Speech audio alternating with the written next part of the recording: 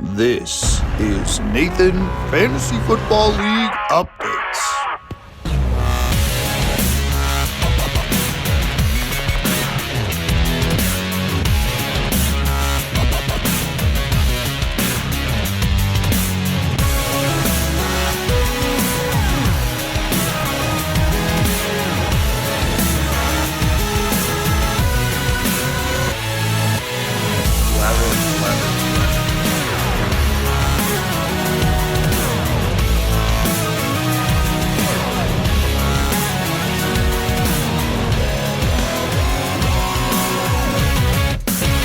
Well. Look what we have here. A winning streak and Halloween rolling in at the perfect time for some nightmare games for plenty of teams here on the Nathan Sports Talk Network. Thanks so much for tuning in. We've had a thrilling week 8, and it's time for week 9 as well. But before that, let's jump right into our week 8 recap to recap what was really a good week. 6 teams on bye caused a lot of different units, different players to be put into rosters, and it worked out for some, and for others, well, not so much. We'll jump right into this one, though. The Michigan Avengers took on the Zestmeisters. The Michigan Avengers trying to get back on track. They've had injuries. They've had players just not living up to expectations. Well, the Zestmeisters, quite the opposite. They have been incredible this year. They've really put together a good squad, and their role continues. They win this one 140-122. They were great this week. They had a great performance from their dynamic duet quarterback, Patrick Mahomes, Indiana, Daniel Jones, both of them 22 and 23 fantasy points respectively. 18 from Romo Dunze was what you needed. Other than that, 14 from J.K. Dobbins, 14 from Devonta Smith, with both of your receivers out and Monra St. Brown on bye, and Nico Collins with a concussion. Hopefully he's back next week. But big miss off the bench, I guess Matt Prater with 11. You started Harrison Butker, who got you 4. But really great starting lineup there from the Zestmeisters. They got the job done after a tough loss last week to Tucson. And then the Michigan Avengers, well, they rolled out Bo Nix, who had a great performance. Michael Pittman Jr., great performance. That's about it. Rico Dowdle, 5. Kenneth Gainwell, 3. 3 from Dalton Kincaid. Chase McLaughlin, your kicker, had 17. He outscored a lot of your position players. Rico Dowdle, Kenneth Gainwell, and Dalton Kincaid together, even with the Packers defense, does not outscore Chase McLaughlin. Yikes. Rough week for the Michigan Avengers. Big miss off the bench. Jordan Addison with 11, Harold Fannin Jr. with 18, and Rashid Shaheed with 14. Tough week for the Avengers. They continue to plummet. They are now 3-5, but because the NFC is so depleted, that's one spooky division. And the AFC is so top, or just dominant, I guess. The Zestmeisters are in second place at 5-3. 3-5 is also second in the NFC. Moving on to our second matchup, the Guantanamo Bay Flying Squirrels and the Rocky River Rough Riders. Another NFC-AFC battle. Again, this one goes to the AFC. The AFC, outside of one game, won them last week. They're doing the same thing this week, 135-107. The Rough Riders improved to 5-3 overall. Even though Baker Mayfield only put 4 points on the board, rough day for him, and the number 1 overall pick, Bijan Robinson, finally had his first dud game with 5 fantasy points. Jackson Dart was good with 19. Let's take a moment of silence for Cam Scadaboo. Yeah, sorry, Cam. He will probably miss significant time. That was a gruesome injury. So you hate to see that from a rookie go down. That'll be a big missing piece from the Rocky River Rough Riders offense. Rashee Rice, though, can definitely fill that gap. 25 fantasy points, 2 games. He's been above 20 both games. He's been really good. Derrick Henry looks to kind of be returning to form at a good time with Cam Scadaboo now going down. He had 19, and Dallas Goedert got in the end zone twice on National Tight Ends Day. 17 fantasy points for him. Really no big misses off the bench, but good to see Terry McLaurin back. He had 14, and that loss to the Chiefs. On the other side for the Flying Squirrels, Both quarterbacks were horrible. 8 combined points between Dak Prescott and Spencer Rattler, who is probably getting benched for next week. Your big bright spot was 35 fantasy points from James Cook, who continues to ascend up the boards of got to get that running back. Other than that, though, way too many buys. This team was on skin and bones. Khalil Shakir filled in nicely, though, with 20 fantasy points. -2, though, from the Vikings defense. Not too great. No big misses off the bench because the only bench player you had going was Tez Johnson, who got you 9. So just a tough week for the Flying Squirrels. They'll look back to bounce back in a pivotal game next week. Matchup number 3, Lyndon the Crow and, well, their bye-week induced squad took on the Brooklyn Bunnies. Lyndon the Crow has not beaten the Bunnies in the regular season ever. Their only win against the Bunnies is in the playoffs. That continued. 178-172 with the squad Lyndon the Crow rolled out. It is shocking that they managed 172 fantasy points. Justin Fields started and got him 20. 17 from Javonte Williams. Welcome to the picture, Chase Brown with 25. 26 for Troy Franklin. Josh Downs with 12. Kyle Pitts with 14. The Patriots defense with 14. Chris Boswell, your kicker, made it interesting on Sunday night with 20. Really no big misses except George Kittle with 14 and Kayshon Boutte with 16 off the bench. That might have been the winner if you had both of them in. On the other side, for the Brooklyn Bunnies, you escape with a win. You've got to be happy there because you played a bye-week squad, and somehow they made it close. The Bunnies, 25 from Herbo, 28 from Jordan Love. Jonathan Taylor continues to dazzle, 37 from him. And Saquon Barkley, hello, how are you doing? 33 fantasy points. 0 from Quentin Johnston is crazy. But the running back duo and the quarterbacks carry you to a win this week. Be thankful for those 4 at the starting lineup. Big miss off the bench. Well, any wide receiver. T. Higgins with 11. Arondre Gadsden the second. He had 18 on your bench. That was a pretty big miss. But the Brooklyn Bunnies escape a shockingly close game with Lyndon the Crow. And Lyndon the Crow has still not beaten the Bunnies in the regular season. Matchup number 4. The Tucson Gila Monsters looking to make it 3 straight. They took on the Bangkok Ball and Boas. And this one was the Tucson tie, making it 3 in a row. 153-132. The Gila Monsters offense keeps rolling, and the Ball and Boas, without Lamar Jackson, well, they struggled. Tyler Huntley had to be the starter. He did fairly well, 16 for him. CJ Stroud, 21 as well. 14 for CD Lamb, 25 from the Buccaneers defense, kept this one interesting, and Tyler Loop with 13, but other than that, single digits the rest of the way. Ibuka 6, Otten 8, 1 from Jordan Mason, 4 from Quinshon Judkins. He's injured headed into the bye. Just tough that Lamar did not play that game. Maybe this one could have been a winner for the Ball and Boas if Lamar plays. On the other side, though, the offense for the Gila Monsters has figured it out. Jalen Hurts for 25. Joe Flacco, welcome to the roster, 24 for him. Josh Jacobs found the end zone for 13. Kamani Vidal, a new running back option over Kenneth Walker. He had 19. 21 from Jamar Chase and 16 from Tedero McMillan. Big miss off the bench, maybe DJ Moore with 11. But other than that, well, the tight end room. Evan Ingram, only 7. And then 14 from Mason Taylor on my bench. Would have been nice to start. But the Gila Monsters and the Tucson tie continue to win. Don't call it a comeback. Maybe, just maybe, this is Tucson's Halloween trick. We'll find out. Final matchup, the game of the week. It was still a pretty good one. The Cancun Chameleons took on the Empire Strikes Back, the 2 top teams in the league. What was a winner for the Cancun Chameleons? That AFC so dominant, 150-130. Just rough start for the Empire when Michael Penix is out and Jaden Daniels is out. You accidentally start Penix. He gets you a big goose egg. And then no Jaden Daniels. You're forced to start Carson Wentz, who's now on the IR. He got you 7. Breece Hall looked extremely good. 32 fantasy points for him in the Jets' first victory of the year. Christian McCaffrey had his first dud with only 9. 20 from Jalen Waddle and 21 from Travis Kelce.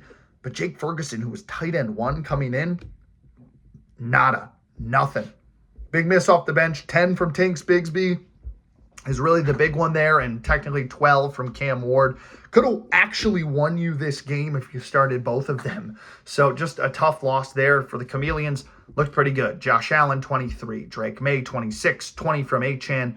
14 from Pickens. 33 from Tucker Kraft. You had to start Woody Marks because of a late injury to Drake London, and you had Ladd McConkey on the bench with 20. Well, 15 for Woody Marks will serve you pretty good. Another big miss off the bench, RJ Harvey with 24. So 2 tough misses there for the Chameleons, but they still come away with a win. And that wraps up week 8. What an incredible week it was. I mean, the AFC has just proven they are so much better than the NFC. I was 4-1 this week, and 4 of the 5 AFC teams beat the NFC. The only team in the NFC to hold up their end of the bargain, the Tucson Gila Monsters, who upset the Bangkok Ballenboas. So right now, the AFC is clearly the better division, but there might be some teams in the NFC that start to get it going. So we will see, but a 4-1 week for me is one of the best I've had so far, so no complaints for me. Let's see what a spooky week 9 has in store, though. We've got a special guest to make the picks. Let's bring him in. Like zoinks, man. Nathan, Fantasy Football League updates. Welcome, week 9 predictions. Let's jump right in. I was supposed to be joined by the rest of the crew, but I don't know where they went. I was told there's ham and cheese. I didn't even get that, man. That's right. We have Shaggy from the Mystery Gang joining us this week to make the picks. He is our special guest picker, so I will leave him to all of our selections today. So let's not waste any more of his time. I know we've promised him sandwiches, apparently. So let's jump right into it. Matchup number 1, the Michigan Avengers taking on the Ballenboas. The Avengers, they need to find some sort of light here as they enter the final 5 weeks. It's been pretty spooky, if you ask me, or Shaggy. And then for the Ballenboas, just trying to get back on track in a division that it almost seems likely in the AFC that a very good and team in the win column more heavily than the loss column is going to miss the playoffs. So Shaggy, what do we think, man? A very exciting matchup 1, man. The Ballenboas, well, they're getting some good players back. Lamar Jackson's supposed to be healthy. Brian Thomas Jr. playing better, coming off the bye. And then not so much with Travion Henderson being more of that game time decision with Jordan Mason. Both of them, they're more like just the bread of the sandwich. Not so appealing until you put more of those fixings in there. So I don't know how I feel about them. You just acquired Marvin Harrison Jr., who's so more of a pickle on the side of a sandwich dude. Well, the Michigan Avengers, they're more of a ghost of them former selves. Their offense can be good with Bo Nix, Caleb Williams, Jahmyr Gibbs playing pretty well. Brock Bowers, he's supposed to be back, man. We'll see how he does. But Zach Charbonnet, I've heard he's, well, not so good. He's stealing carries from the dog of the league, K9. You can't be doing that to your feline friends, or your dog friends, rather. We don't like felines, man. That's why I've got Scoobert Doobert Doo. But in an 8-point spread, man, give me the Ballenboas to get it done over the Michigan Avengers, who are just a ghoul of themselves. All right, going with the Ballenboas, I see. Not too shabby there. I'd tend to agree. We move on to the best record in the league, the Cancun Chameleons. They take on the Rocky River Rough Riders, who just had lost really a big piece of their offense in Cam Scattaboo. Shaggy, what do you got? This one could be good, man. The Chameleons, their offense is good. It's like the Mystery Gang. Josh Allen, Drake May, Devon Achane, McConkey, and London. Like, man, that's a pretty good group of 5. The Rough Riders, They don't have that group of five, man. They've got Bijan, the number one pick. They just lost their dog in Cam Scattaboo. Like, man, give him some more Scooby snacks. He'll run through anything. But no Baker Mayfield, the lifeline of this team. It leaves a lot of question marks. I think Keenan Allen, well, man, he's got to be your turning point player. He's got to have a good game if he wants to play and keep the Rocky River Rough Riders in this one. And the Cancun Chameleons, well, man, we can't forget they're starting Woody Marks. Last time somebody started Woody Marks because they had to, well, man, that's the Tucson Gila Monsters, and he put up 2 fantasy points. That's not enough food to feed me or Scoob. So you need more from Woody Marks if you even want to compete this week. I'm still taking in a 4-point game. The Cancun Chameleons. That offense, man, it's wicked. So give me the Chameleons. Riding with the Chameleons. Very understandable there. What about matchup number 3? The Empire strikes back, looking to get back on track and hold off first place. They're only ahead by everybody in their division by a game. They host Lyndon the Crow. Are you going to pick him? Because I know I haven't yet this season. Well, I got to say, that Lyndon the Crow team, that's one haunted team. I ain't going near them. That's one scary, ghastly group. Now, they've got a lot of players back from buys, man, but that quarterback room, Aaron Rodgers, that's a ghostly old ghoul. I ain't thinking he's doing well this week. I do think, though, Javonte Williams, Ashton Genty have monster games. Turning point player, Kayshon Boutte. Who is he? I don't even know, man. That's like when Scrappy comes along sometimes and just joins the gang. We don't know who he is. He just shows up sometimes. For the Empire, well, does Jaden Daniels play, man? I don't even know. Michael Penix, does he play? Also don't know. CMC, gotta play better, man. And you're starting Travis Hunter. He hasn't done anything until that 1 week in London. We're back in the U.S., man. They've got hamburgers and fries. Can he eat and play well with Brian Thomas Jr.? Me and Scoob don't go along well with food. I don't know if that ball can be shared enough. But I'm following along with the trend. Give me the Empire in a 4-point spread. That's what I'm going with, man. I don't know. That's one scary team over there for Lyndon the Crow. Yeah, we move on. I've been told we're going to have 2 games of the week because of, well, both these teams have pivotal matchups. These are 2 teams that can either send their momentum forward or backwards with a win and a loss today. So 2 games of the week. We'll start matchup number 1, I guess. The Red Hot and the best win streak currently outside of the Chameleons in the league.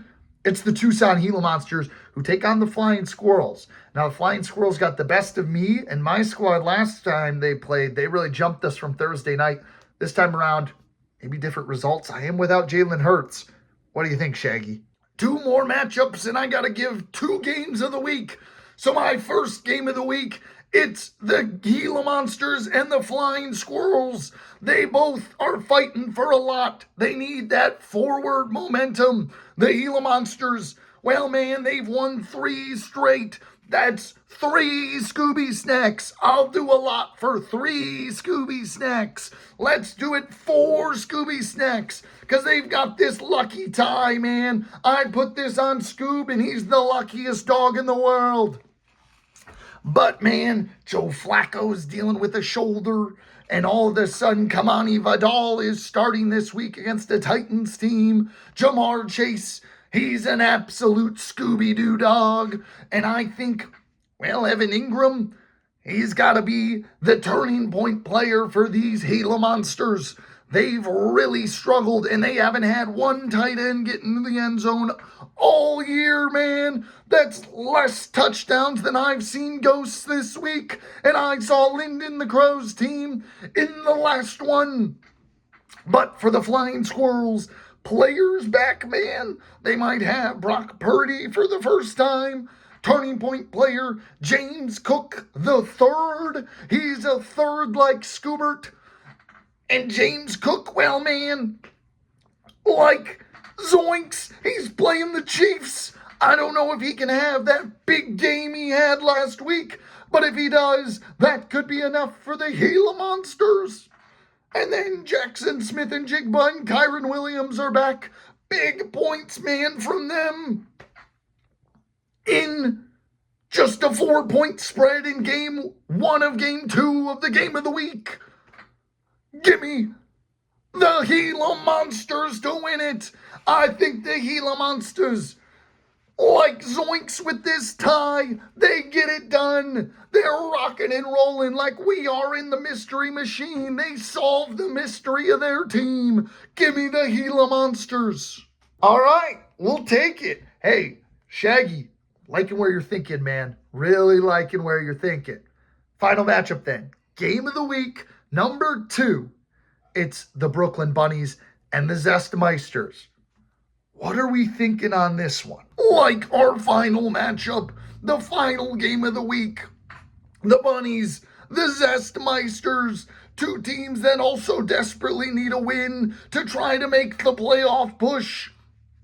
For the Bunnies, well, they've got the star of fantasy football, man, Jonathan Taylor. He's going to score 3 more touchdowns this week and be the leading scorer of the league. I just know it, man. I see a dog when I know it.